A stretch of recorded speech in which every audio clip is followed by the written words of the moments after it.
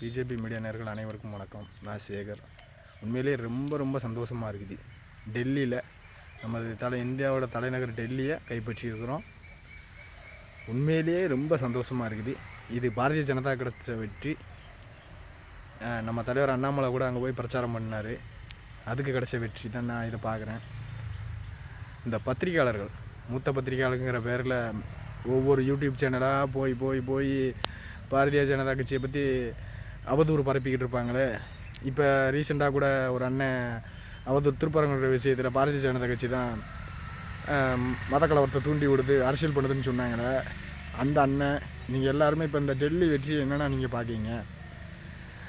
டெல்லியில் முஸ்லீம்கள் இல்லையா, டெல்லியில் கிறிஸ்துவர்கள் இல்லையா சொல்லுங்கண்ணே. ஆனால் பாரதிய ஜனதா கட்சி அனைத்து மதத்துக்குமான கட்சிண்ணே. மக்களுக்கு பணி செய்யணும், மக்கள் நல்லா இருக்கணும், எல்லா நாட்டிலையும் போல் நம்ம மக்கள் நல்லா வாழணும் அப்படிங்கிற நினைப்போடு வாழ்ந்துக்கிட்டு இருக்கிற கட்சிண்ணே பாரதிய ஜனதா கட்சி. ஆனால் எங்கள் தலைவர்கள் நீங்கள் நல்லா எடுத்து பாருங்கண்ணே. முன்னாள் தலைவர்களாகட்டும், அடல் பிகாரி வாஜ்பாய் அவர்களாக இருக்கட்டும், அவர் குடும்பம் குட்டி இல்லைண்ணே. நாட்டு மக்கள் தான் என் குடும்பம்னே வாழ்ந்து மறைந்த தலைவர்ண்ணே.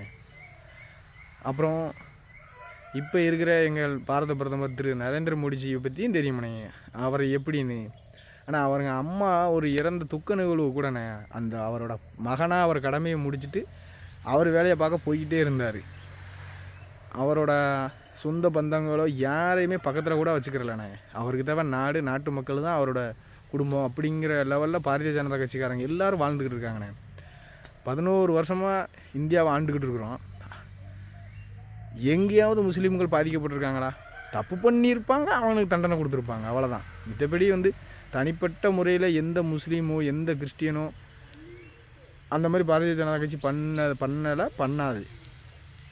நீங்கள் தான் தமிழகத்தில் பாரதிய ஜனதா கட்சி அது வந்துடும், பாரதிய ஜனதா கட்சி இது வந்துடும் தேவையற்ற அவதூறை பரப்பி கொடுத்தங்கண்ணே.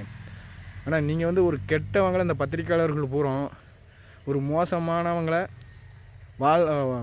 நீங்கள் தான் வளர்த்து விடுறீங்க. கண்டிப்பாக நீங்கள் தான் வளர்த்து விடுறீங்க. ஒரு நல்ல தலைவர், இளம் தலைவர் எங்கள் அண்ணாமலை மேலே ஏதாவது அவர் 9 வருஷமாக காவல்துறையில் பணியாற்றிருக்காருண்ணே, உயர் காவல்துறை அதிகாரியா. ஒரு தப்பு ஏதாவது ஒன்று கண்டுபிடிங்கண்ணே. அப்படி ஒரு வேலையில் இருக்கும் போதே எங்கள் அண்ணன் ஒரு தவறும் பண்ணலையேண்ணே. இங்கே எப்படின்னா பண்ணுவார் சொல்லுங்கள். இப்போ தென்காசி மாவட்ட தலைவராக இருக்கிற எங்கள் அண்ணன் ஆனந்தன் ஐயாச்சாமி ஆகட்டும். ஆனால் இது வரைக்கும் தென்காசி மாவட்டத்தில் எத்தனையோ கட்சி இருக்குது. இந்த ஆண்டுக்கிட்டு இருக்கிற கட்சியெல்லாம் மாவட்ட செயலாளர் இருக்காங்க. இந்த மாதிரி ஒரு தொழில் வளர்ச்சியை பற்றி பேசவே இல்லை.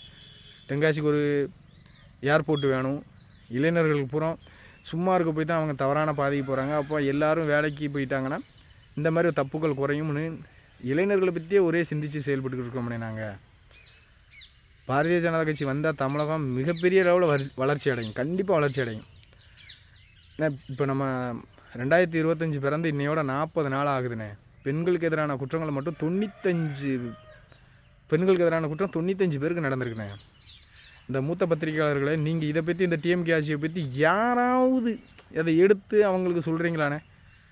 எப்பவும் பாருங்கள் என் பாரதிய ஜனதா கட்சி ஏன்னா பாரதிய ஜனதா கட்சி எந்த இடத்துல மத கலவரத்தை தூண்டி விட்டுச்சு? நீங்களும் பத்திரிகை கலவர்களும் இந்த திராவிட முன்னேற்ற கழகமும் அனைத்து இந்திய அண்ணா திராவிட முன்னேற்ற கழகம் தான் இந்த மத கலவரத்தையும் ஜாதி கலவரத்தையும் தூண்டி விட்றீங்கண்ணே. நீங்கள் இந்த பத்திரிகையாளர்கள் இதை பற்றியெல்லாம் யாரும் பேசுகிறீங்களா? தமிழகம் வளர்ச்சி அடையணும், தமிழக மக்கள் வளர்ச்சியாக இருக்கணும்னா பாரதிய ஜனதா கட்சி ஆட்சிக்கு வந்தால் மட்டும்தானே முடியும். பாரதிய ஜனதா கட்சி மட்டும் ஆட்சிக்கு வந்துச்சுன்னா கண்டிப்பாக இந்த மத சண்டையோ ஜாதி சண்டையோ நடக்காது.